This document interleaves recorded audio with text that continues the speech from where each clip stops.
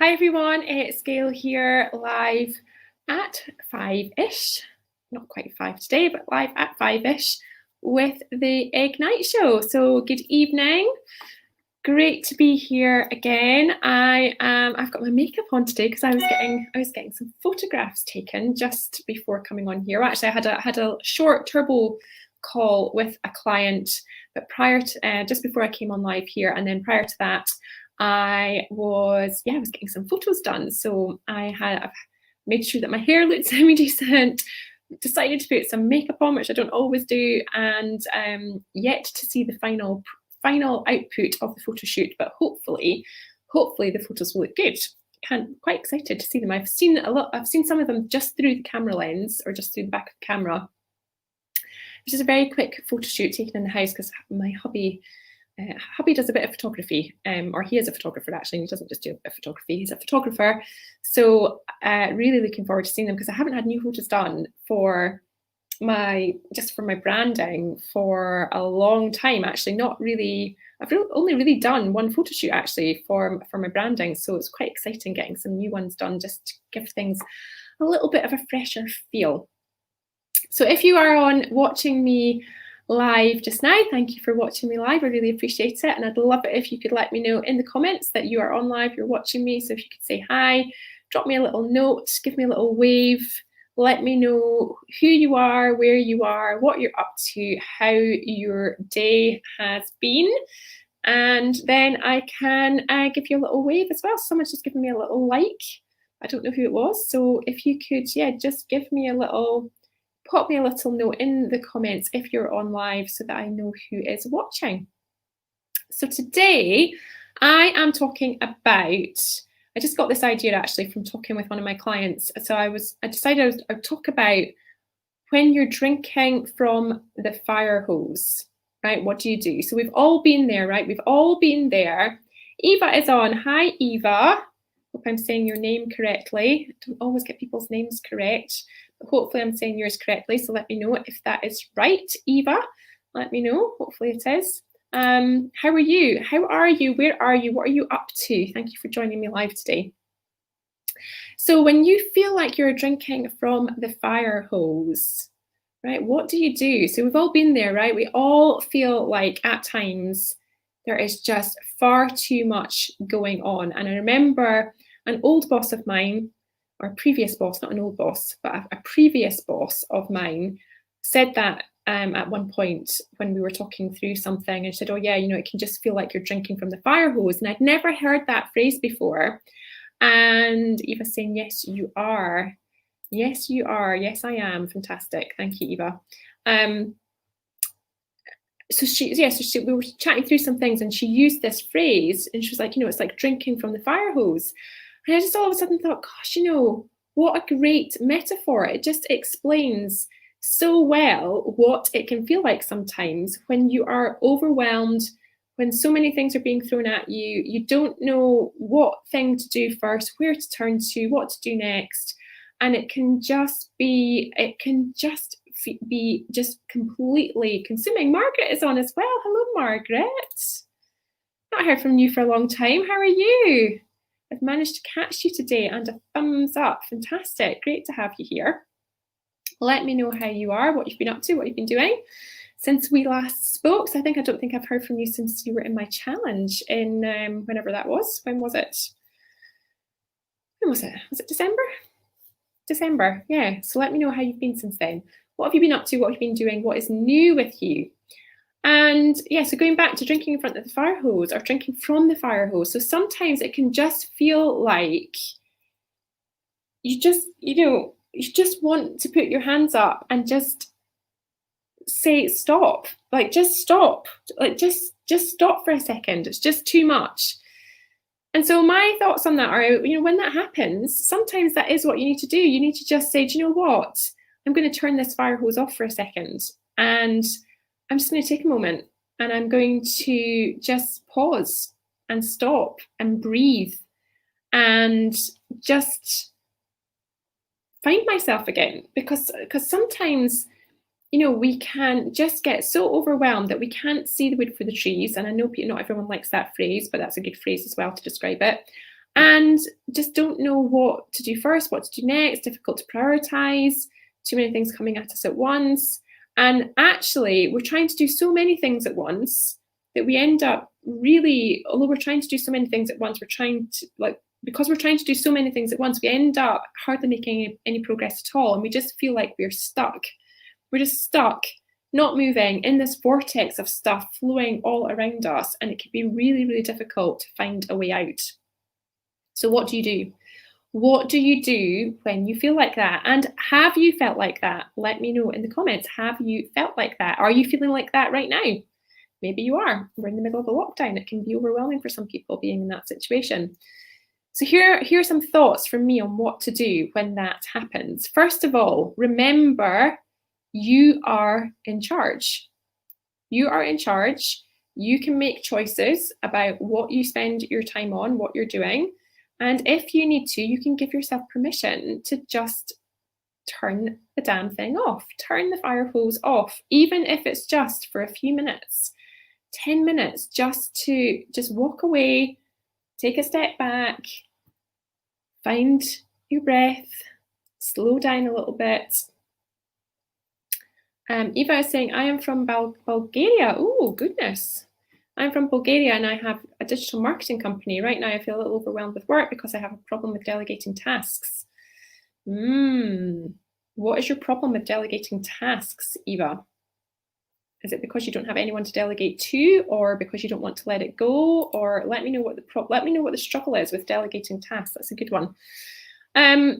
So sometimes it can just be you need to take a time out. So just take a little bit of a pause. Give yourself permission to turn the fire hose off. And what I mean by that, because obviously that's a metaphor, what I mean by that is just take a little time out. Take a few minutes to catch your breath. You maybe want to just get away from your desk for a while. Just give yourself some space, some breathing space, and away from your desk in particular, because often when we are stuck in that place, like feeling like we are drinking from the fire hose, or like a rabbit in front of the headlights, right? That's another metaphor that I use quite a lot. So either a rabbit in front of the headlights or drinking from the fire hose. So you either have to turn the headlights off or turn the fire hose off, okay? And we often feel like we have no control and no power to do that. Oh, Eva. Oh, there's a saboteur in here. People often don't do it as good as I can. Ooh. I wonder, there's a little bit of a stickler in there, I think, for you, or a controller possibly, but there's definitely a saboteur in there. And the thing about that is, Eva, the more that you hold on to that and the more you don't allow yourself to give things over to other people, the more you're going to stay stuck in the same place, which I know is hard to hear, but that's the truth of it.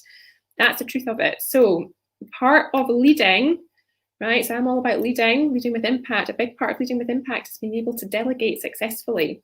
And to delegate successfully, you've got to be prepared to focus on the outcome, right? Let your people figure out the how. Let your people decide for themselves how they're going to get there, as long as the outcome is clear.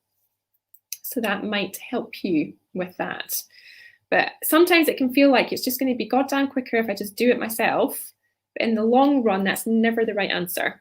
In the long run, you might be quicker right here and now in the next 5 minutes doing it yourself, but in the long run, that means you're always going to be doing it yourself. And you don't want to be in the business of doing it yourself. If you can, as much as possible, you want to be finding ways for other people to do things for you, other people taking things on for you, and moving things forward for you on your behalf. So give yourself permission to turn things off. Turn off the light if you're in the bright lights. Turn off the fire hose if you're drinking from the fire hose. And just, I saw another comment coming up there. Just take that time out. Take a time out. Go for a walk.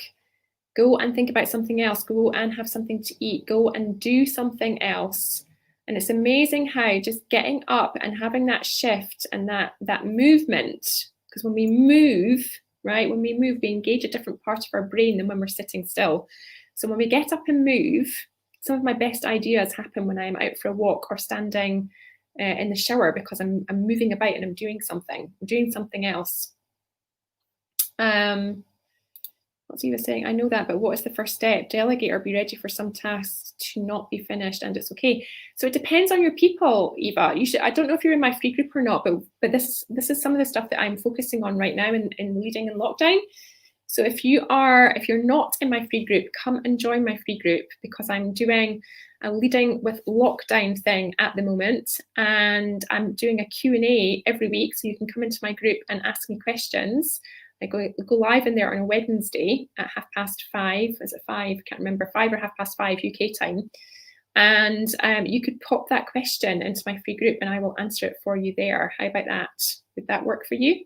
Don't know if you're in there or not, but there's loads of stuff in my free group for you to have a look at and work through. But I'm one of the things I'm looking at right now is, well, we talked about overwhelm last week. I gave some tips on that last week, and the next topic, the topic I'm focusing on now, is how to motivate your team, right? And a big factor in motivating your team is to be able to delegate effectively, because people want to do more. They want to have more responsibility. They are eager to learn, usually, in my experience.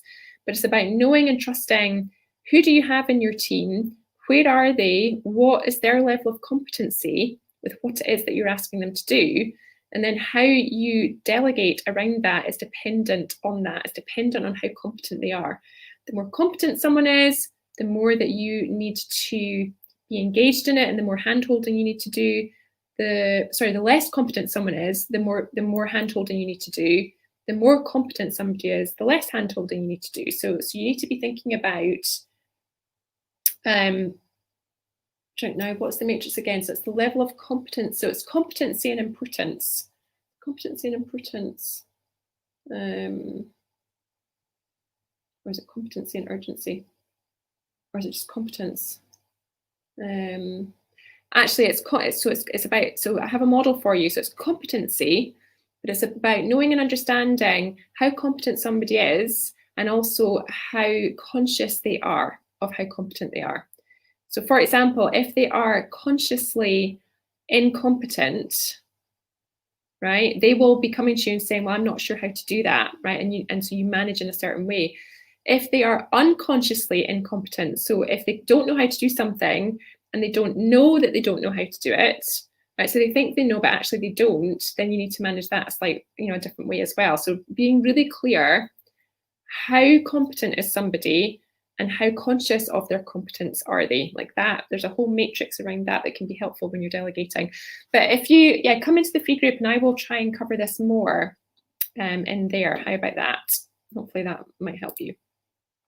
And if you're not in the free group, I can put a link to that in the comments. So if you'd like to join my free group, let me know, and I will just put free group in the comments, and I will give you the link to that in a second once I'm done. So give yourself permission to turn the fire hose off, either by going and getting away from your desk because you engage a different part of your brain when you start moving, getting out, going for a walk, taking a time out, and just switching off. And sometimes that is the absolute last thing that your mind is telling you to do. Your mind is telling you at all costs, the last thing that you want to do is switch off, because you just need to be able to plow through and get something done. And your brain is telling you, actually, I just need to keep going. I need to do more, not less. And then we just kind of continue in this vicious cycle because we are not able to take the step back. But sometimes we just need to take the step back to get the clarity that we need in order to see past the overwhelm and to figure out, what's the right thing for us to do? What's the right next step? What is the best thing to do? But sometimes we only get that clarity when we lift our head. So instead of being down here, work, and really just kind of focusing on the task in hand, if we can lift our head and take that step back, suddenly, new things will become possible to us, or become open to us as well. So that's the thing. So when you are drinking from the fire hose, sometimes the right thing for you to do is just turn the fire hose off. And so what does that mean for you, if that's a metaphor? So that means when everything is being thrown at you thick and fast, sometimes you've just got to find a way to get out from that and take a pause, take a time out, to give yourself some breathing space, give yourself permission to take a time out and take some breathing space so that you can just figure out your best way through this and your best next step. And those solutions are more likely to come to you when you give yourself permission to take the time out, even when your brain is screaming at you that that's the last thing that you should do. You just need to keep going, keep going, keep going, keep going, right? Sometimes that's the last thing that you can do. You sometimes actually just need to stop. Just stop, take the pause, take the time out, and then notice what becomes available to you as a result. And absolutely think about delegating. Just thinking about your question again, Eva, you're saying, I know that, but what is the first step? Delegate or be ready for some tasks to not be finished, and it's okay. So yes, I think you need to be more thoughtful about how you delegate, and that's about someone's competency. So I'm going to cover that in my free group at some point over the next few weeks. So let me know if you want the link to that. All right, that is it for today. So remember, if you find yourself in front of the fire hose, remember that you can give yourself permission to turn it off. And if you don't want to give yourself permission, then I will give you permission. I will give you permission to go and turn it off. How about that? Right, that's it for today. I hope you enjoyed the Ignite show. I will be back again on Thursday with another topic, and I will be live in my free group on Wednesday with another topic on leading in lockdowns. I'm talking about how to motivate your team this week in the free group, and I'd love you to come and join me in there. I will be live in there and you can submit your questions. So hopefully see you there. And if you are watching on replay, #replay, let me know that you have tuned in. Let me know that you've watched. Let me know if you have any comments or questions here as well. And I will speak to you soon. Take care. Bye.